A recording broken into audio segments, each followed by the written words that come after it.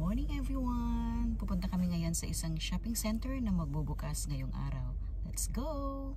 Naku, wala pa kami sa main road. Nakastop na yung mga sasakyan. So ayan, nag-left kami. Ayan, ito na ngayon ang situation. Sobrang traffic na. Dahil maaga lang ba? Or it's because opening day niya? So dyan sa right side, my goodness, yung third lane, grabe yung traffic. Oh, pati second lane, traffic na rin. Ito na siya. Grabe. Parang hindi na siya gumagalaw yung third lane.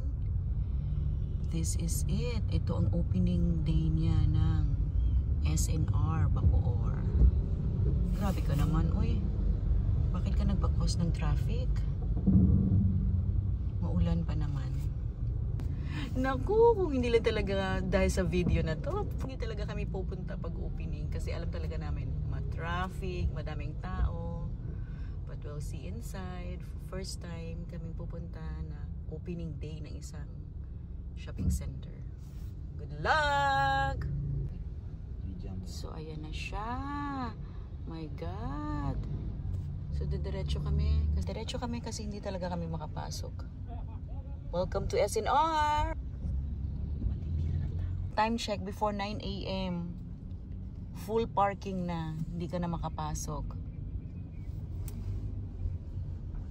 Hi, wala kami maparkingan. Kaya we decided mag-park sa isang depot at bumili para hindi obvious. Kaya lang para nasisense nila na iiwanan namin yung sasakyan. Kasi binabantayan nila yung mga nagpa-park.